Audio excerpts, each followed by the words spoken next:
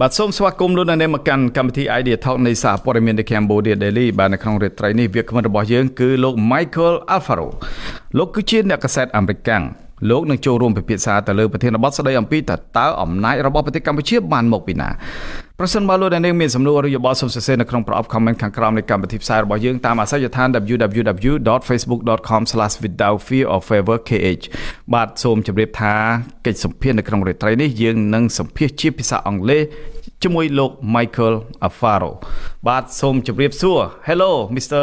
Michael Alfaro. Yes, how are you? I'm doing well here in the United States. Wow, you go to Cambodia for a couple of days, but you can speak Khmer very well. Sounds so clear. Thank you. Do you miss Cambodia? Of course, I miss Cambodia.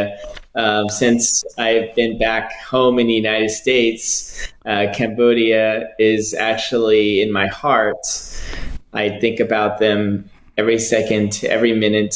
I hear their messages. I read their messages every single day. They continue to inspire me with their choice of choose peace, not war. So yes, I miss Cambodia dearly. What do you miss Cambodia the most? Which part? Which part of Cambodia? I miss being with the people and being with the people on the border, all the way to the capital, just seeing their resolve and pursuit of peace. Just seeing honest people, honest farmers, honest workers, honest craftsmen. All they do is they live their daily lives, and they try to earn an honest living.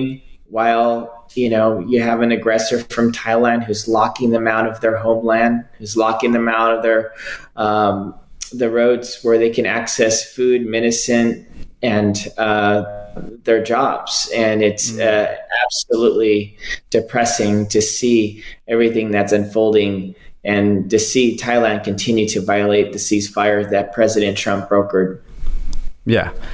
Okay, Michael, before we going to the very deep into our conversation, our discussion tonight in Cambodia and the morning in America, I would like to, briefly a little bit about your trip to Cambodia.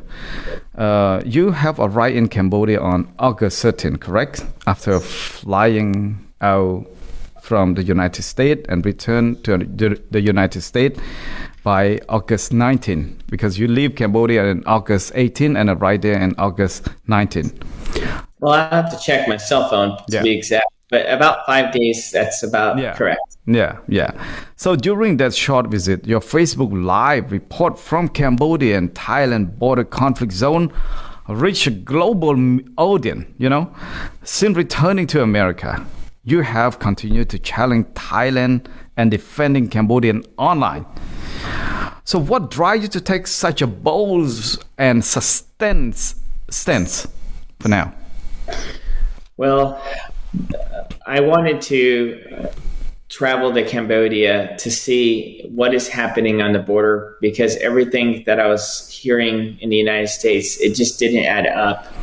It didn't make sense to me why this crisis is happening and where's the motivation coming from.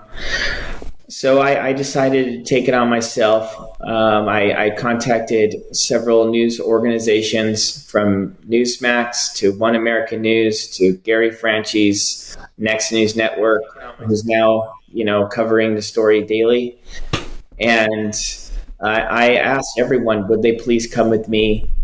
They all have White House press credentials. They all have White House correspondents on their teams, and we need to get the message exactly what is happening here, because there could be a breach of President Trump's ceasefire, and the war is immediate.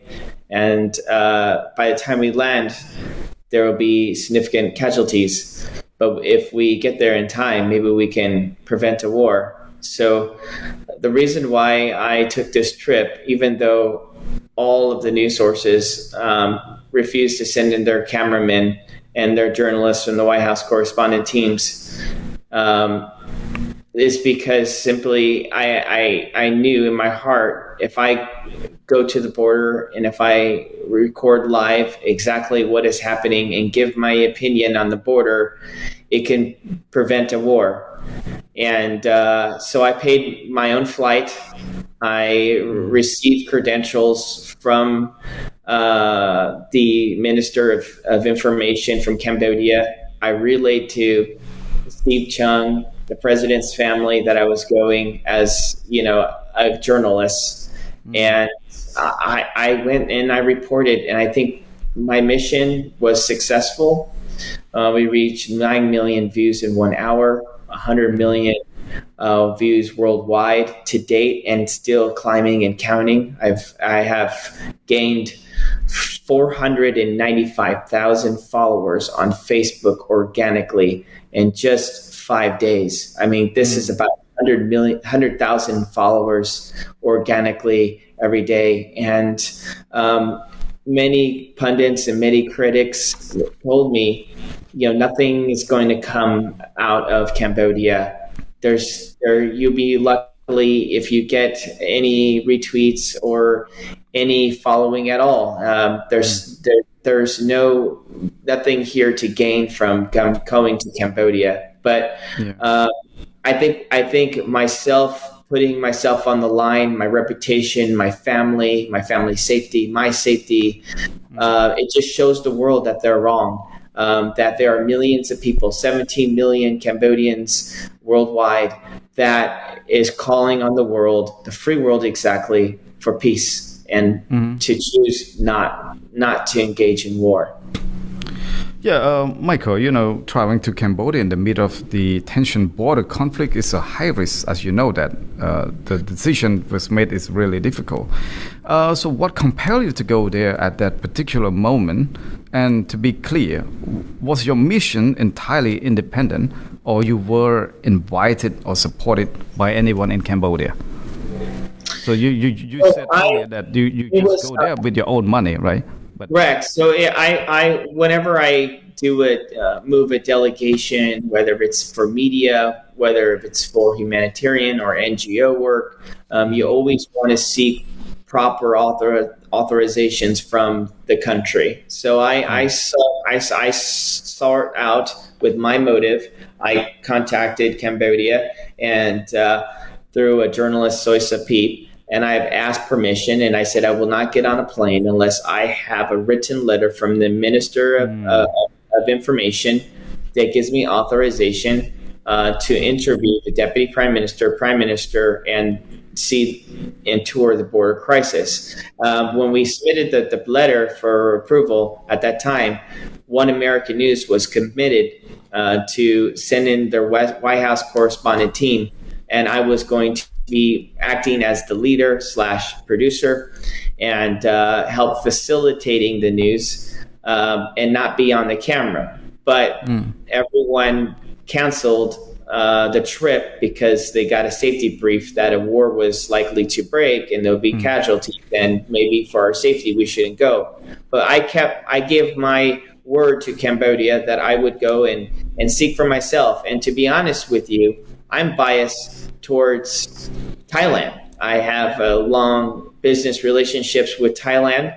I have worked in 2018 with the Thai rescue team. We rescued children from a collapsed dam in Laos. Our work was covered and published on the UK Daily Mail, the UK Metro, the Associated Press. Our work was covered even at the US Embassy.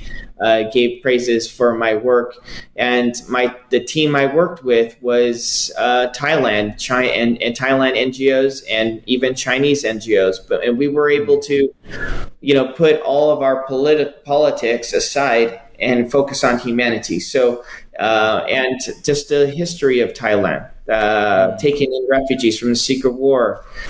Helping out even with refugees during the Pol Pot War and the killing fields. I came in here more sympathetic towards the Thailand side. However, seeing the footage, it doesn't deny the facts. Seeing, the 2 schools that was bombed by artillery rounds, hearing and seeing that the white phosphorus rounds was deployed, and the Thai government said they didn't do it. And then later, a few days later, they say, yes, they did in fact deploy that. Well, that's a crime against humanity. Seeing that they bombed a temple that was built in 800 AD that was protected under the UN, seeing the MK bombs and the call for F-16 fighter jets. And so I had to go to Cambodia myself to seek truth. And I have to, with my own integrity, I have to report on the facts. And the facts are Cambodia is not the aggressor. Thailand is. And there are disturbing facts that are coming from Thailand's side that I absolutely disagree with. These are decisions made on my own fact-finding and my own investigation. This has nothing to do with Cambodia's telling me that they're innocent, and here's why. Everything that I pushed out is on my own dime, my own expense today. I've lost over $10,000 on this mission, but God has blessed me as a businessman, and I'm very financially secure. So I took it on myself because I thought, if this is a moment in my life where nobody pay you at all. We could save a war. Go ahead. So nobody pay you at all. Nobody paid me a dime.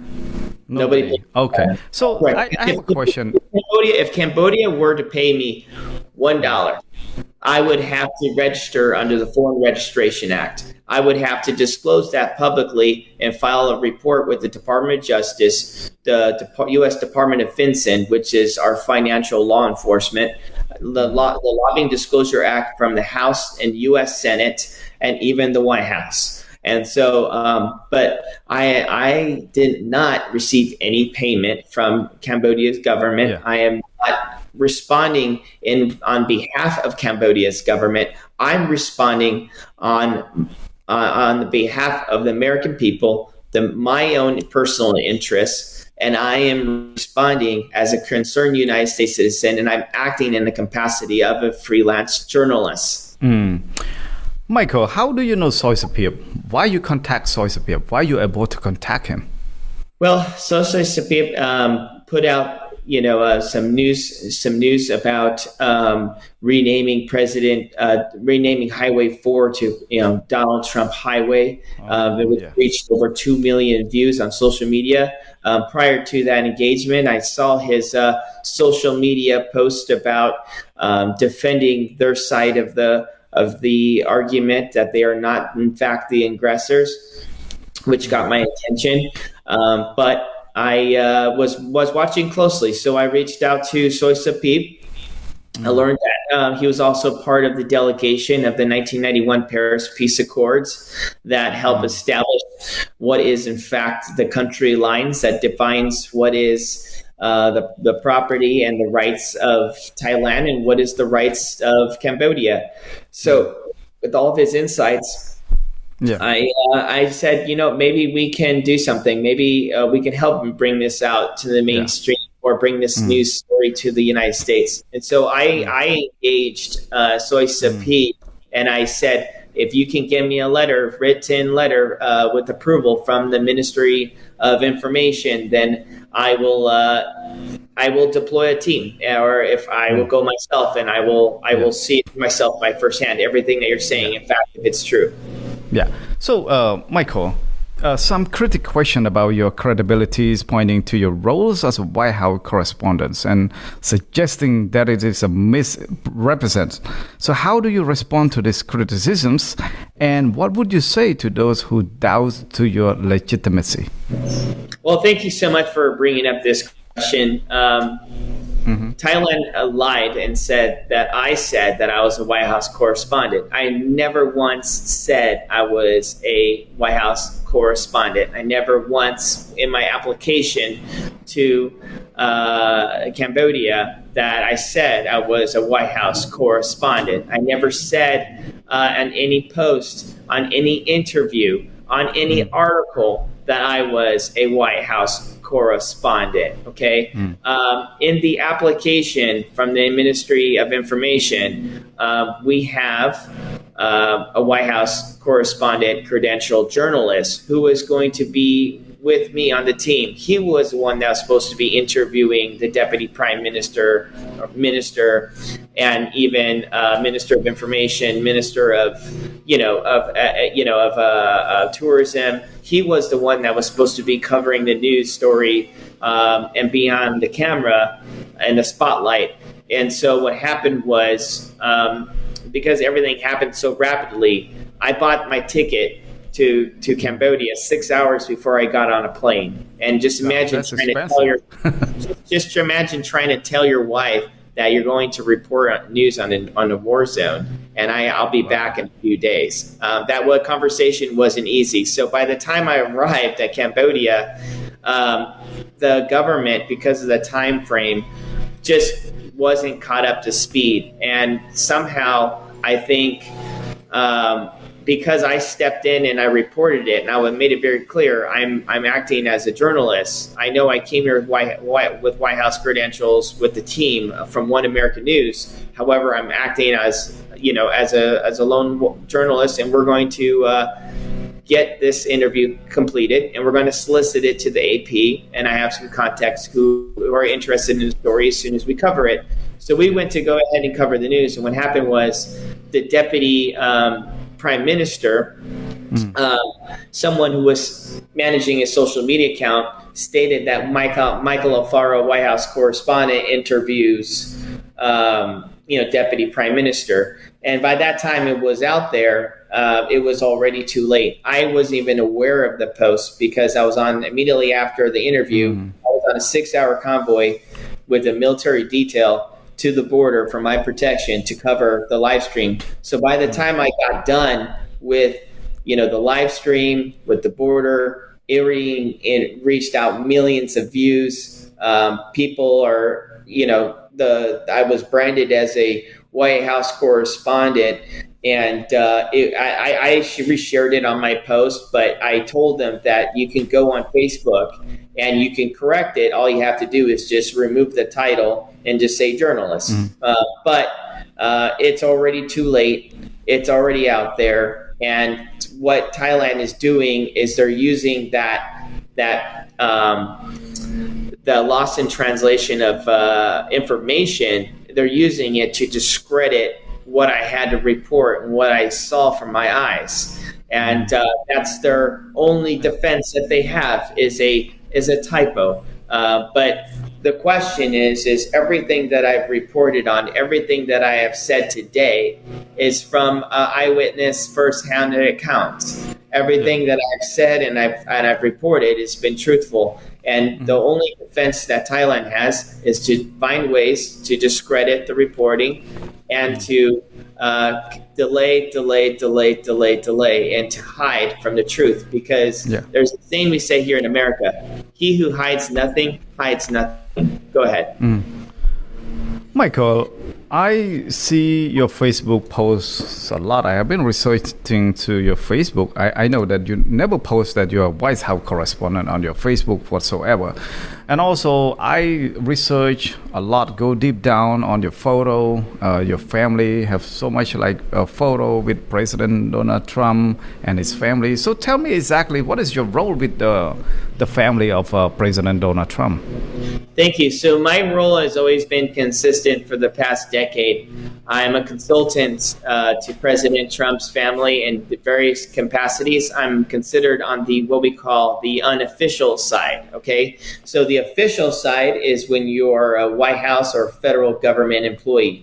The unofficial side is when you're on the campaign side, when you're trying to influence the American people to vote for, the President of the United States, the family, or, you're working in the capacity of their business, or you're working in the capacity of the election side. So my role my relationship with President Trump has always been consistent with everything that you have read, from the Wall Street Journal to other various outlets, and even my lobbying disclosure reports. I've always been a consultant to the President Trump and his campaign.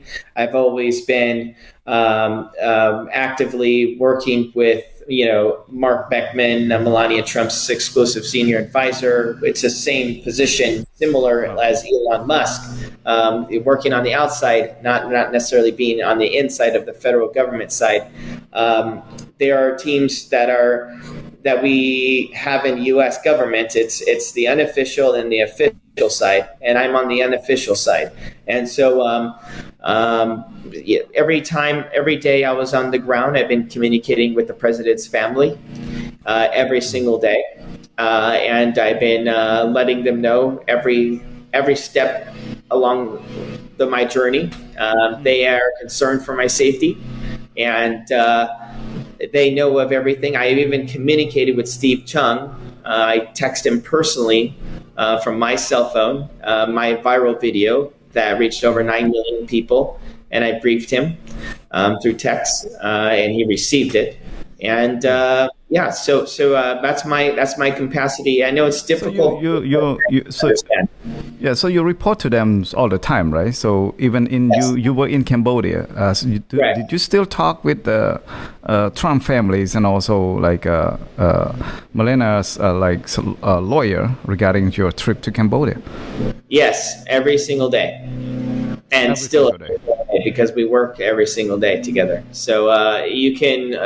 I work in a capacity with Hunter Nation. I'm an advisor to Hunter Nation, and that's Don Jr.'s nonprofit and his 501c4. And I work as a consultant for them and as advisor to the president's son, and that's my full-time client. And I also have a full-time client with Melania's exclusive advisor, Mark Beckman. So I've been working with him through the years.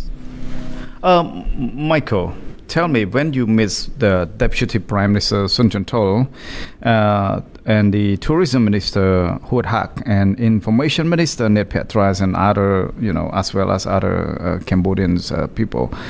So during your meet with those senior officials in Cambodia, did you able to let the communication happen between the Cambodian official and the president's family?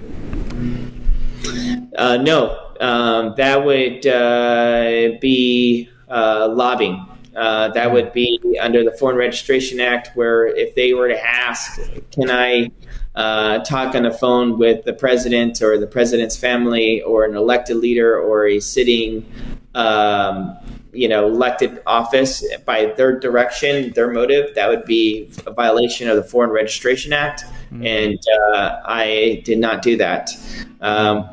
Everything that I have done on my own capacity. I have communicated through American channels, through American interests, through American-led operation. So I did interview the elected leaders from Cambodia, and I did relay the message through media sources, through channels, to let the people and American know at large. But I have not acted in any which way as a foreign agent to Cambodia. And I want to make it clear, to be a foreign agent, it can be either voluntarily or it can be by paid. So if a foreign principal from Cambodia or a foreign leader or minister tells me, can you talk to the U.S. government? Can you talk to, Congressman so-and-so? Can you talk to the president and relay this? And if I take it from their direction, then I'm violating U.S. law. So the entire time I've been down there, I gained nothing. I just reported what I know, what I see, and because I communicate, because I have a business relationship with the family in various capacities, they see everything that I do. They see all my work. They read all my posts. They laugh. We just laughed when we saw the fake news that Thailand pushed out that I'm not connected, or they laughed. We laughed about the one post that said Thailand said President Trump called me, or the U.S. embassy called me, told me to come home. We laughed about that. I mean, I'm very secure with my relationship with the family, and I'm very secure with my position.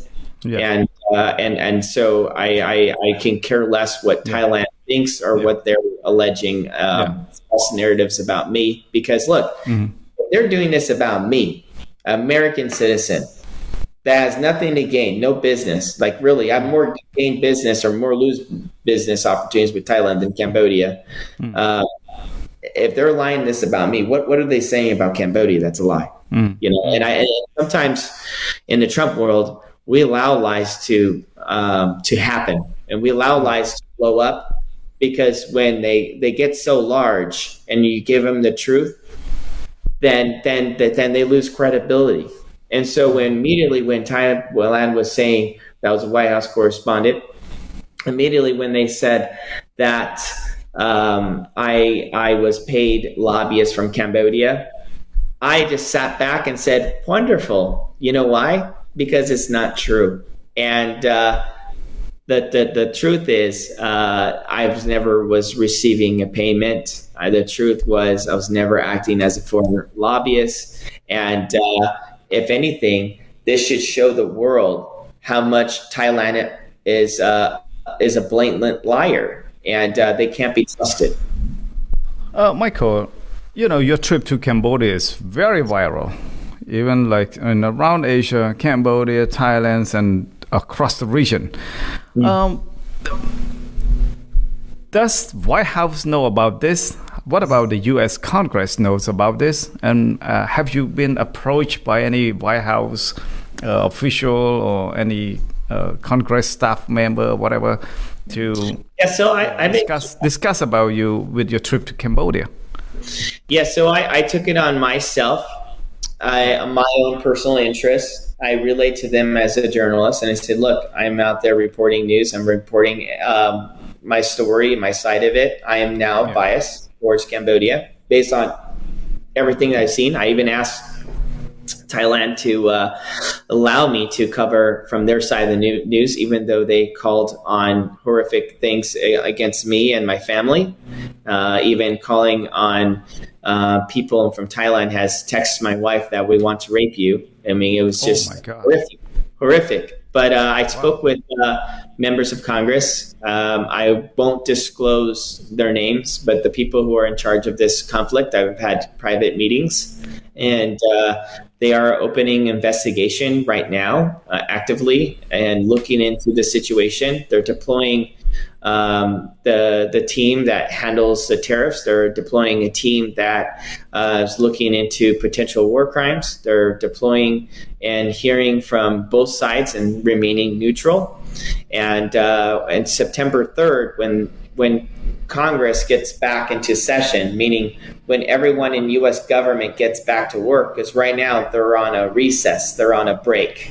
They're not actively working right now because there's a recess where it gives the members of Congress the time to report back home to their constituents and to talk about the things that they're working on. So right now we're in recess, but when everyone comes back to our office, I'm happy to report that the Cambodia and Thailand conflict is now number one on the list. And so they will, again, openly, I believe, address from the United States concerns and address the problems of the potential breach and their perspective of Thailand. So I think we did our job, and our job was to command the world's attention, to prioritize Cambodia and Thailand's war conflict, because we don't want to see a war. We don't want to see Cambodians being bombed by F-16 fighter jets, their schools destroyed, their homes displaced, 1 million people being deported out of Thailand to Cambodia. We don't want to see Thai soldiers be stepping on landmines. I want to make it very clear that their Minister of Mines has the exact same maps as Cambodia does, and that was confirmed by the United Nations. They have the exact same maps that shows where these mines are, and even where people have stepped on the mine and died from it. And to wake up to the world, there are 4,000 people that die in Cambodia Thailand border every single year. 4,000 people die from stepping on a landmine. So yes, this may be new news for the world, But in Cambodia and Thailand, this is the same old news story. But the thing is that you cannot say that Cambodia is purposely planting mines in a zone impact area where all of these soldiers are dying right now. The land mines is 800 kilometers. 800 kilometers. Every 1 to 2 feet, you have a mine for 800 kilometers. The United States has dropped all of these mines in 1970 with President Nixon and Kissinger. Okay, and that's no news. But why is Thailand continuing to put their Thai forces and walk through a rainforest where it's the second most impacted mine zone in Cambodia and in Thailand? It's setting your troops for a suicide mission. Yes, you may detect 1 or 2 bombs, but every 2 feet for 800 kilometers, there's mines, and you're going to continue to send in young 18-year-old boys to walk through a forest of mines. You're going to have casualty. And the minister of mines from the Cambodia is doing the right thing. He's saying, please stay out of this forest, stay out of this region. And he was the president, the sitting president under this UN committee that was in charge of all the mines for 100 countries. The successor now is from Japan. And he even confirmed himself that Thailand has access to the exact same data, the exact same AI, the exact same technologies. So why is it that Thailand keeps on reporting that our soldiers, just like today, they reported that a soldier stepped on a landmine and lost his leg? But my question is why are you sending your Thai soldiers to a mountainside, to a rainforest that has mines for 800 kilometers? There's no way that drugs, trafficking, laundering money is walking through a mine forest, literally a mine forest. It's not possible because you would die. We don't even have animals, and we don't even have birds that live in that area because it's just full of mines. But yet you keep sending in your young troops, and so it's problematic. And everything that I'm reporting on is facts. Michael, Thailand has officially blacklisted you and Mr. Gary Frenchy and banning you guys from entering Thailand. So do you see this is a personal cause of your advocacy, or do you regret the consequence? Have this action made you fearful or more determined? Well, I was really surprised because of all my great relationships I have in Thailand, working with actually the Thailand military on a humanitarian rescue in 2018, given that I helped improve trade relations, manufacturing, moving the auto industry out of China into the Thailand government. I mean, the Thailand actually manufactures the Ford F-150. All the cameras on the back behind the Ford F-150s, they're all made in Thailand. Even the framing of vehicles of the Ford F-150, and not just that, but even the automotive industry with Tesla, with GMC, with Ford, all of the shellings of the batteries of lithium that for electric vehicles are all actually made in Thailand. Even Kruger, so all your instant coffee makers, what it does is there's a device that takes the water and it makes it hot very quickly, so you can have the instant coffee. That's all manufactured in Thailand, and I helped strengthen those relationships with the United States. And I even helped. I'm even a customer. I've ordered tens of thousands, of hundreds of thousands of dollars from Thailand, and I even helped facilitate teak wood. From Thailand, sell to export teak wood to the United States. We even helped Thailand with rare earth minerals. So I mean, my team and and I'm more on the back end of things as a consultant on the back end, advising companies that's working with Thailand. So again, everything that shows I should be, biased towards the Thai side. So when they're not allowing me to step foot, then I don't care. I can bring business to Cambodia. That's all that means. So if I ever go back to Cambodia, Thailand, then so be it. I'll go and we can do business in other countries and we can make them more fruitful. Because I think America needs to know who is the honest broker here. And I think the honest broker is now Cambodia. But before the Thais put you guys in the blacklist, also Thai's official have invited you to cover story and report from the Thai side. And then later on, the Thais deny and rejects from proposing and inviting to report from Thailand. So can you elaborate on this particular moment for the audience? Right. Well, so I was being slandered. I was being told that I was a lobbyist, right? Thailand said that I was a not fair journalist. I'm not a real journalist because I didn't have a news organization or any recent publications. They were slandering me in every which way. And then they kind of said, if Michael was serious about being a reporter, then he would come on our side and he would report the news. And when they said that, I got all kinds of text messages on my phone. And I said, I would love to welcome that opportunity to hear from their side because I'm here to seek truth. And so people were telling me, the president's family saying, let's not engage here. Let's because concerned about your safety. And I said, no. If I'm here on a mission and if I'm here for truth, then I have to hear on their side. As a conservative, as a man of principle, you have to always hear from both sides to draw a line of who's right and who's wrong. And so I was willing, and that's why I didn't go live. That's why I still haven't been live today. I'm still willing to take that invitation. They said, in quote, in the text by their spokesman themselves, that we'll pay for the flight, their travel, they get a hotel, that they would welcome me. I can interview anybody who I want, the king himself. And I said, I would love that opportunity. And guess what they did?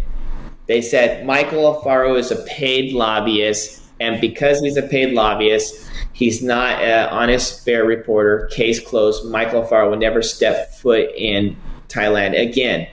And so what they did was they tried to bait me in a trap. They tried to say that they're trying to prove a point that I was a paid lobbyist. That's what they're doing. Because if I was a paid lobbyist, then I cannot come to their side and report on it. So if I decline their offer, then I'm not a fair journalist, right? But now that I offered them, I said, yes, I accept your offer.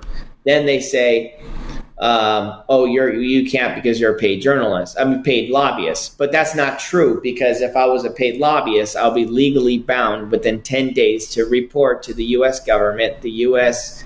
Department of Justice, the U.S. Department of Defense, and the U.S. lobbying disclosure report under the House and the Senate that I've been paid as an agent for Cambodia. So that's not true. So again, what they wanted to do was they wanted to put me in a position where it discredits me. But if anything, me coming forward, willing to hear their side and be fair, and them returning, shutting it down with a lie, that only shows the truth here. They don't want me to come there. They don't want me to find out from their side what is happening because they have something to hide. It's like a child that got caught stealing. When a child's caught stealing, does a child come forward to the parent and say, Mommy, Daddy, I stole, I'm so sorry? No. What do? They hide. And then you check your kid's pockets and you say, but you have the cookie in your pocket. And the kid says, oh, I don't know how it got there. And I would say, well, did it fall from the sky into your pocket? And the child says, oh, no, I just put on my pants. Okay, but let's go to the cookie jar. There were 4 cookies. Now there's 3. Explain. And then eventually the child says, what? Okay, Mommy, Daddy, I'm sorry. I stole the cookie from the cookie jar, right? And that's exactly what this is. They're out there playing child games, and they're saying that we have nothing to hide. But then I go in and say, okay, I'll bring the camera. I'll come and interview. I'll hear from your side. I want to get all the information. And then they retract. So that tells me they have something to hide. That tells me they're lying. That tells me they're the aggressors. That tells me this is a breach of the call for ceasefire, and they're not acting in good faith. Yeah, Michael, like the 18 soldier is still captured in Thailand, and so far monks and students, thousands of them protest in Cambodia, urging the Thai to release the 18 soldier to Cambodia and free them so that they can meet their family and their kids in Cambodia. So right now, do you hear anything from America's side in order to intervene for the release of the 18 soldier? Yes. So on the American side, people are not aware of what's happening on the ground. They are not aware of the 18 captive soldiers. So they are aware now because of the reporting, and that's why they sent out a team to do an intake of what exactly is happening. Thailand has been very successful as far as suppressing the media and controlling their narrative of what's happening and controlling of what the United States and Europe is hearing about this border conflict. But Congress does now know about it. They are actively researching it and they're investigating it. I know the president is aware of it. It was relayed to him based on the reporting that's been cycling out there, and they are getting to it. Michael, do you have any, like direct threat, particularly from the Thai source? If so, how have you responded to that?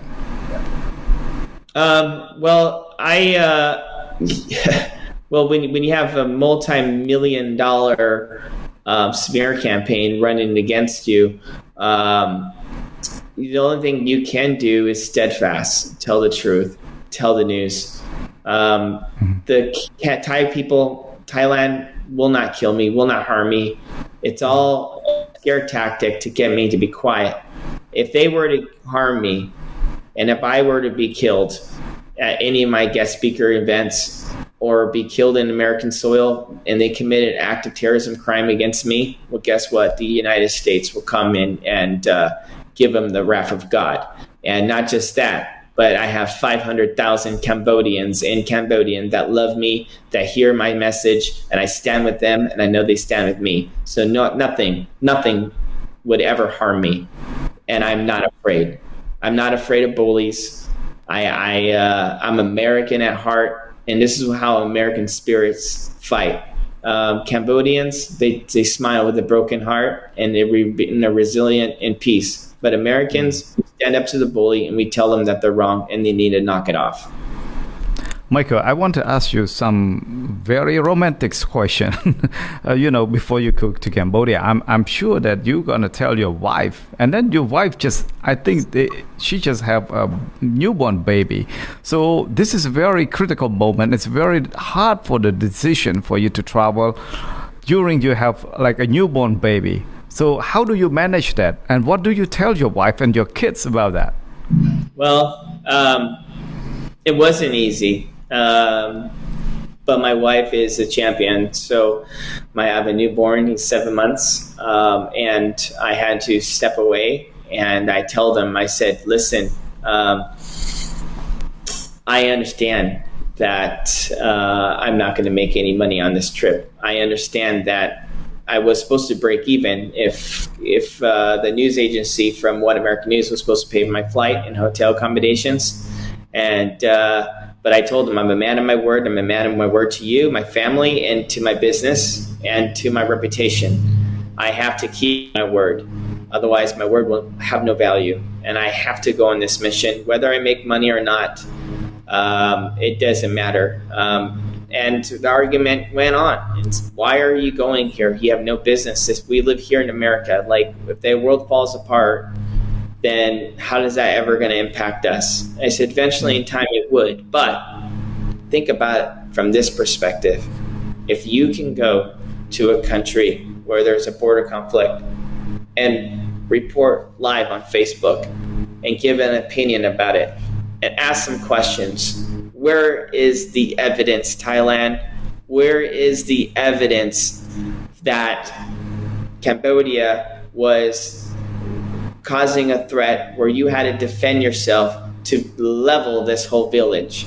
And if I ask that question, and if everything that I'm seeing here in the United States is true, and if I go to their soil, to their troops, to their border, to their wall, to their leadership, and if I ask them that question, and if we can prevent a war and save lives, well, that's the meaning of life.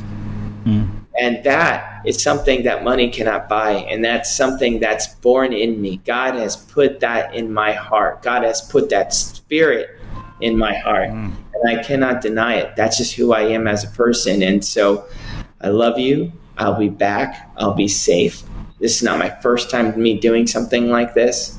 And this won't be my last. But as long as God puts it in my heart and my spirit, I will continue to report the truth. So you said you want to keep your word. Why do you have to keep your word? And, why does it matter? Well, it's something that's installed in me as a United States Marines. As a United States Marine, your integrity is everything. And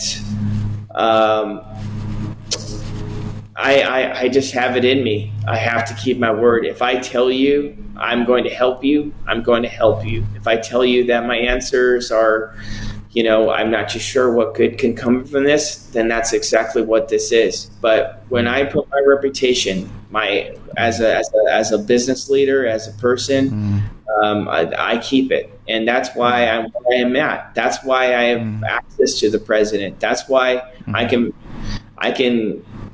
facilitate meetings, and I can get in front of the line for any one of my clients. I can get the president's attention because the president, what he loves, what he wants from his people is loyalty.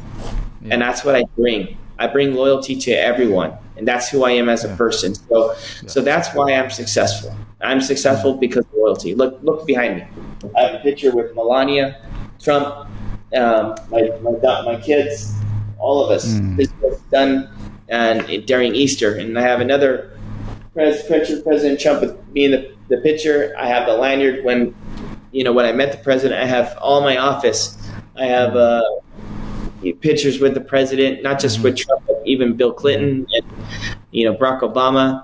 I have I've been that's my reputation, because if you can't keep your word, what good are you? Correct. Yeah. So my other question, there was a report that Mr. Soysapip, a founder of the DAP News, proposed renaming Cambodian National Road 4 in honor of President Donald Trump. While you were in Cambodia, did you hear anything official from government leader regarding this proposal? Yes, so I spoke with the Minister of Tourism, and he said he would love the idea, he would embrace the idea. He thinks it would be good for tourism, good for safety, and the Cambodian people want it to happen, and it's going through its process, and so it continues to get momentum. And I cannot wait until that happens, because I will take a victory lap. That 140-mile highway will be named after President Trump. We have yet to see something like that in America, and that would speak volumes, and that would resonate with every American. 50 million Americans that voted for President Trump, that would resonate deeply with them. Wow. So right now, do you follow up about that? Yes, I do follow up with that, and they said that they're in the process of review. And so it's going to take its government channels, but everything that's been reported actually has been reshared on their state news, on their local news, and so we definitely have the momentum, and I think it's going to happen just a matter of time. Cambodia used to be a country that strongly criticized America. They, in the past few years ago, Cambodia is very very sour with the relationship with America. So why Cambodia turned just overnight to America's very short period of time, buying like flattering President Donald Trump with all this kind of like honor, the street, the flags and everything, his photo display on the whole country.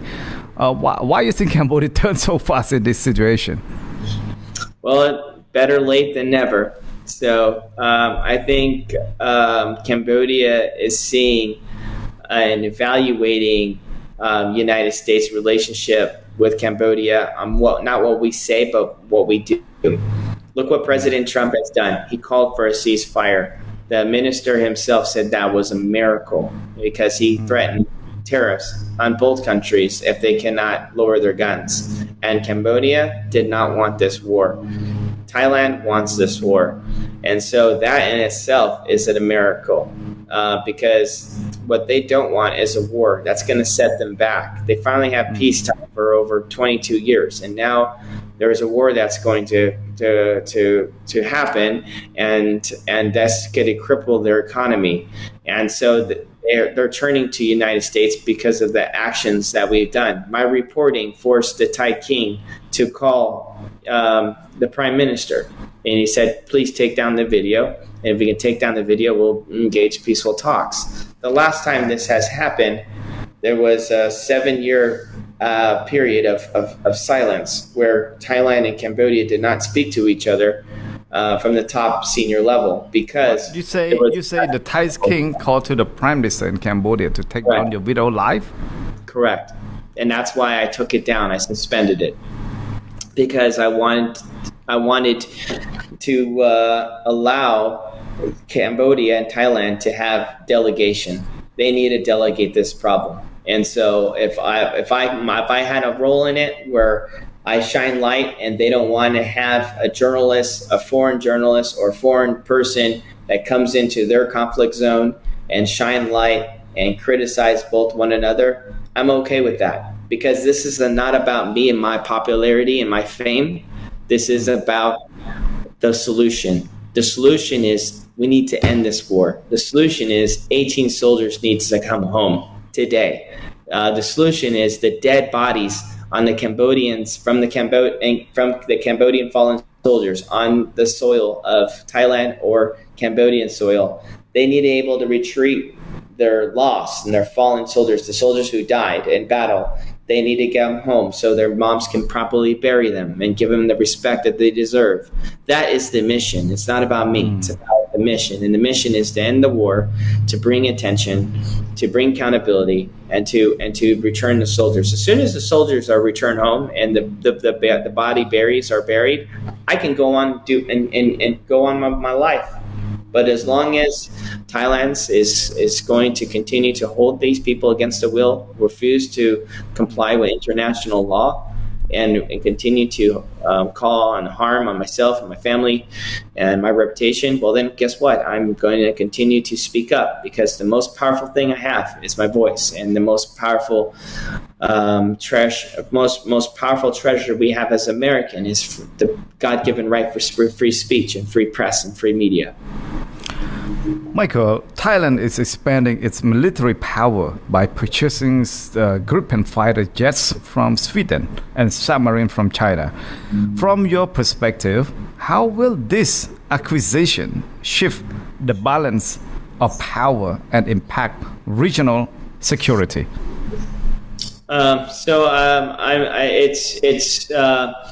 It's concerning, I think, for the United States and the Trump administration that they're taking a step away from the United States. And the reason why they're doing this is because they don't want to behold to principles of peace. They want to be a proxy for China, and they want to expand their territorial line in Cambodian soil. They have their own interests and their own motivation that benefits themselves and benefits China. And so that's why they're stepping away from the United States from trade. And if we sound alarm and if we cover the news and if we report the facts, I think President Trump will be very, very upset about this, and he can fix this problem very quickly. Yeah. Like today, the website, Sweden website, have reported that at least like two opposition lawmaker in Sweden strongly oppose the sale of the 4 Gripens to Thailand and other amazing, weaponaries equipment to Thailand, and then the defense minister of the Sweden said that this is a time for self-defense, for any country for self-defense. So can you elaborate with that? Well, I think that's wonderful. That's wonderful that we actually have strong lawmakers in Sweden that's fighting for truth. They are aware of what the border dispute is. They know that Thailand is committing crimes against humanity, that's calling in fighter jets to displace over 35,000 people. And there are people that are speaking up. I would actually encourage to look into the 2 congressional leaders from Sweden, and maybe we should meet, we as a community, as the Cambodian community and Americans abroad, need to write to those congressional leaders and explaining what exactly is happening, and maybe they can call in for intervention to bring peace and stability in the region, and that we'd welcome not just United States intervention, but Europe's intervention. That is critical. That is critical for the longevity and the stability in the Southeast Asians and the Oceans summit. So I think that that's terrific news. And the spokesman, the defense spokesman, of course, he's going to continue with the order because it brings in millions and millions and hundreds of millions of dollars, over $1 billion of sales, and it helps their economy because their economy is in debt because they're supporting a war in Ukraine versus Russia. So getting the financial support from Thailand is critical for them right now. But there are principles that we have as humans. We must avoid war at all costs. And I feel that if Cambodians and if the Cambodian government were to write letters to Sweden and expressing great concerns, lawmakers, I think this would be helpful because then they can intervene. And let me stress another point. Most of these rounds that are engineered, and even though they're designed and manufactured and developed in Sweden, most of the technology still comes from the United States. So as long as it's 5% engineered in the United States, President Trump can intervene and tell Sweden to not continue to deploy weapons to Thailand. He has that power and ability to do so. He can even threaten Sweden to defunding the aid that we support them for their sovereignty. So President Trump, at the bottom line, is in control, is in charge, and he can make the swift action as soon as he hears and truly gets to weigh in after everything goes through its own process. Wow. Michael, despite agreeing to the certain points, ceasefire protocol, the Thai military continued to deploy barbed wires and use long-range acoustic device against the Cambodian civilians in Banteay Meanchey province. So what do you believe is the real reason behind this aggressive action?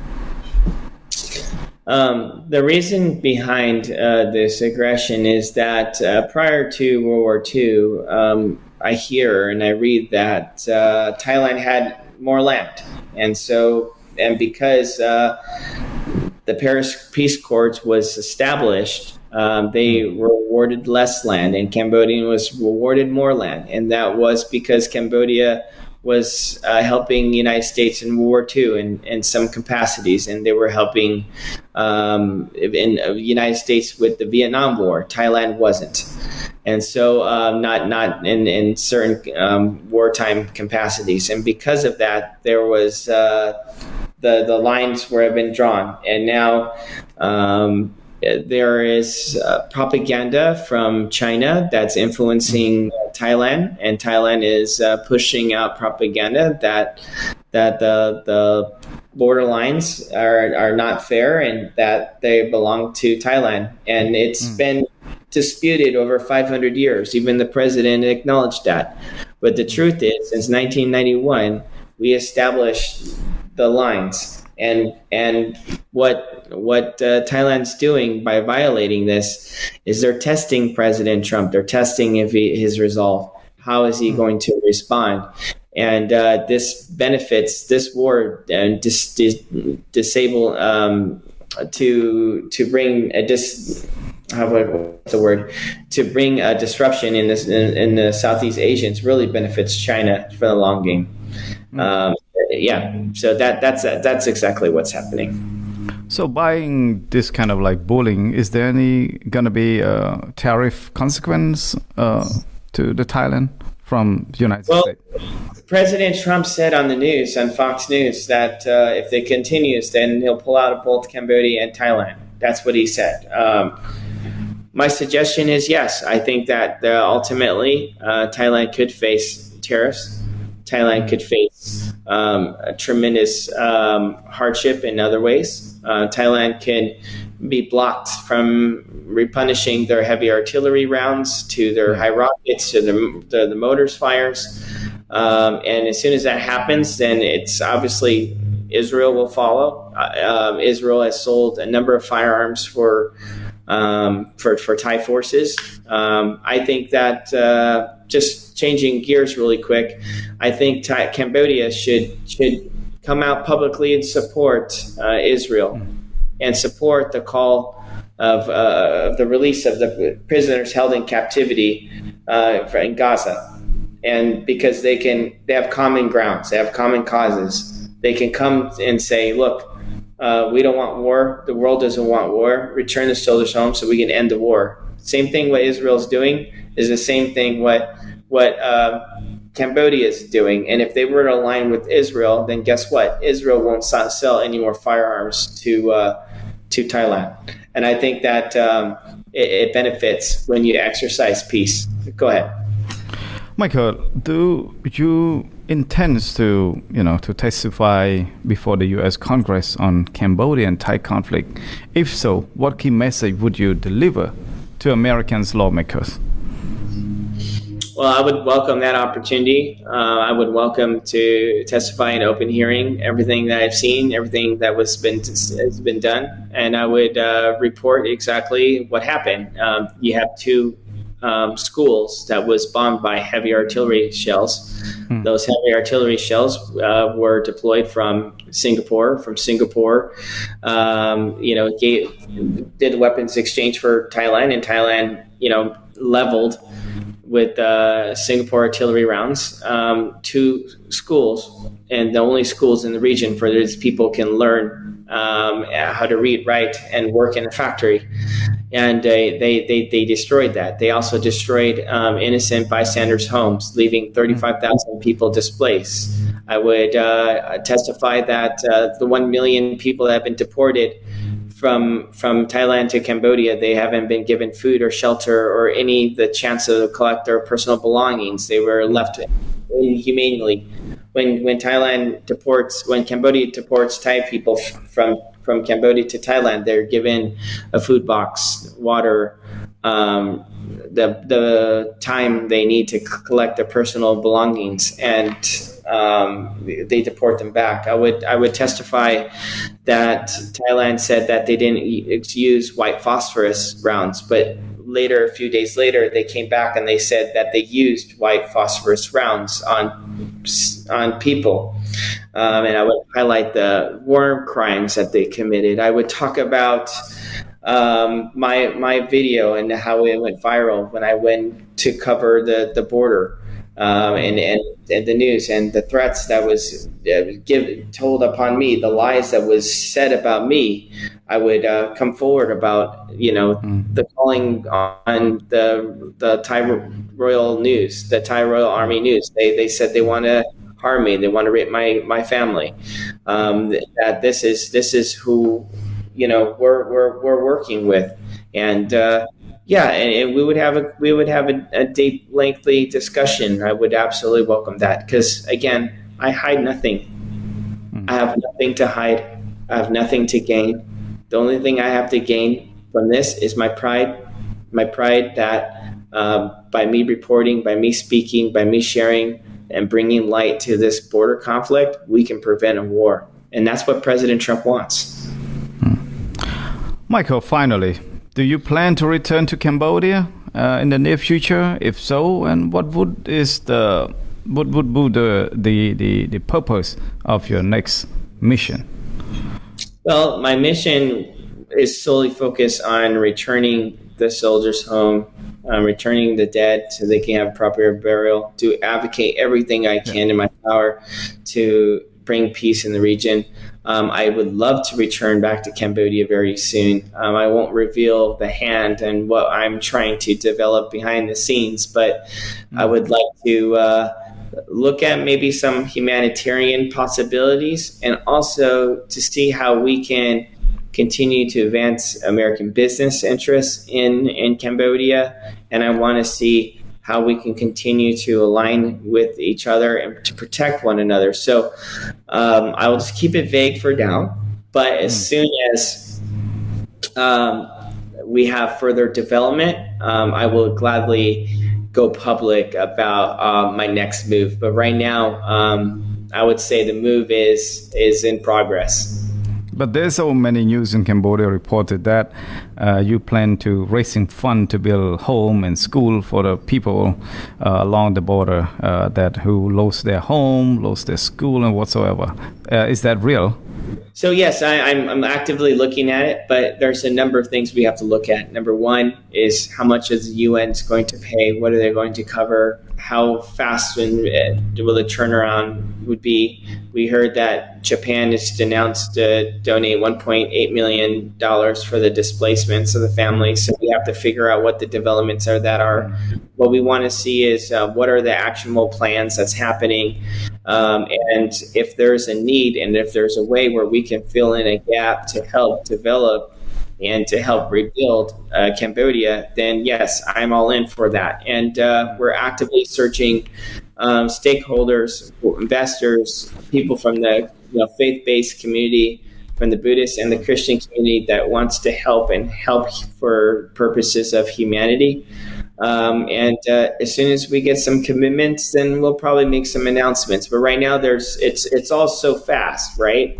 And two is that if we were to rebuild anything, we want to make sure that rebuild is going to be safe, for the people. We don't want to rebuild and put people in harm's way, because the people suffered enough from Thailand, and we want to be thoughtful. So before we jump the gun, I want to make sure it's done right. And also, whatever you hear in the news, whether if it's from Cambodia or Thailand or the United States, if it's not from me, then it's not news. A lot of times people speak for myself, and I don't approve that, because it creates misinformation, like I'm a White House correspondent, and some other things that was said, like I'm a lobbyist for Cambodia. If you haven't heard from my channel, or if you haven't heard it from my voice, then it's not true. And also, there's a lot of fake portfolios out there about myself too. If it has a blue checker, then it's real. It's from Michael. Okay. If it doesn't have a blue checker, then it's not from Michael. My last question. What was the impression that Cambodian people leave on you? We want peace. In Cambodia, they don't say hello, they don't say goodbye. They greet you with a statement, we want peace. It reminds me of Israel. In Israel, it's the only language where you say peace when you say hello. It means shalom. And that's what shalom means, peace. And because when you survive a genocide, they just changed the whole meaning of hello. It's peace. But Cambodia, it's a statement. We want peace. From every child that you see that's 5, 6 years old, to every middle-aged adults to the elderly in the wheelchairs, to the high-ranking officials, to the prime minister and deputy minister himself. We want peace. And the impression that they leave on me is this is a country that survived 2 genocides, a ghost mountain, 3 million people dead, and they're cherishing every second, every day that they don't have a war conflict. And they're so happy for 21 years at not having war. That's their pride possession is peace. And I want to be on the side of peace. I want to stand on the side of history, of resilience. I want to learn like the Cambodian does, like they teach their young people.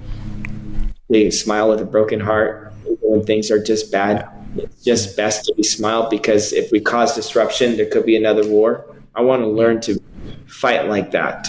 But again, the impression that they leave on me is love.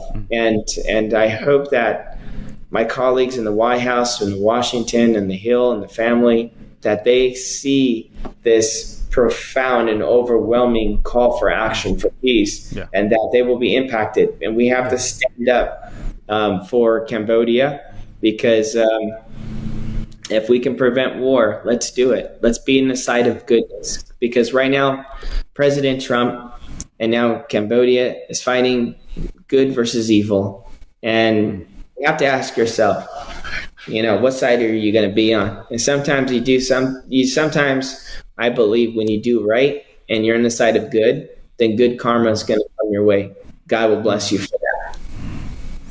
Michael, one last question before you go. I will let you go because we've been talking forever already today.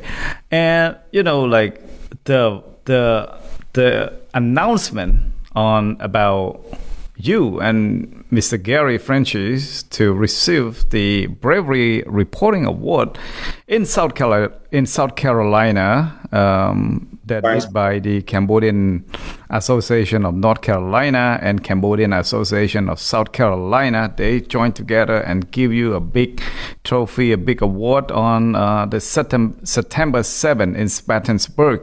So what would you say about that? Well, it's an honor, but the real heroes are those that are still trapped behind enemy lines. 18 soldiers that are, still held in captivity, the dead that has yet to be returned. But if I can have a small part in it, and if we can continue to empower the Cambodian community so they can have a voice, then I will be on the side of truth. I want to also leave it with this very, very important message that I have yet to address Cambodia. Seeing recently the developments where the Thai forces came in with guns, machine guns to be exact, and they're setting up the barbed wire borders with the tires, and you see the innocent people that are responding with bamboo sticks. I want people to know where your camera comes from is your God-given ability for free speech. Record. Take your phone and go live. It doesn't matter if you have 1 follower, 2 followers, 3 followers. Nothing, no lie can ever triumph truth when you're just recording. If you see a Thai soldier in your neighborhood that shouldn't be there, take your phone out and record. And have your friends and your neighbors neighbors record, and you just start telling exactly what's happening on camera, because your video is it's circulating the Cambodian community, and eventually it'll make its way to international press, international influencers, and people will hear about it. And as long as you're recording, we'll never need to bring a weapon to the battlefield. If harm were to happen to you, if Thailand were to shoot you for recording, your neighbor's still recording, and your sister's neighbors and your neighbor's brother's neighbors is recording, so they'd have to shoot you all. And if they continue to do that, then guess what? The world will respond. And so don't be afraid. I don't think anything's going to happen. You just have to continue to be vigilant right? Know your environment, know your surroundings. But whenever you see a Thai soldier out there that doesn't belong there, if you see them putting up barbed wire or fence, all you have to do is just take your camera, pull it up, go on Facebook Live, record, and show the world who is the aggressor. And if you can do that and you keep it up, I believe we can have lasting peace. Thank you so much, Mr. Alvaro, for your time with the Cambodia Daily. Thank you. អរគុណ បាទលោកនាងទើបតែបានទស្សនានៅកិច្ចសម្ភាសរបស់ខ្ញុំបាទជាមួយនឹងលោក Michael Alvaro ហើយយើងនឹងវិលមកជួបលោកនាងនៅសប្តាហ៍ក្រោយទៀតសូមអរគុណហើយយើងនឹងជួបគ្នានៅក្នុងសប្តាហ៍ក្រោយនៅក្នុងប្រធានបទផ្សេងៗដែលយើងនឹងកំណត់តាមក្រោយទៀតដូច្នេះនៅពេលនេះខ្ញុំបាទតាំងសារដារួមទាំងក្រុមការងារទាំងអស់នៃសារព័ត៌មាន The Cambodia Daily បាទសូមអរគុណនិងសូមជម្រាបលារីត្រីសួស្តី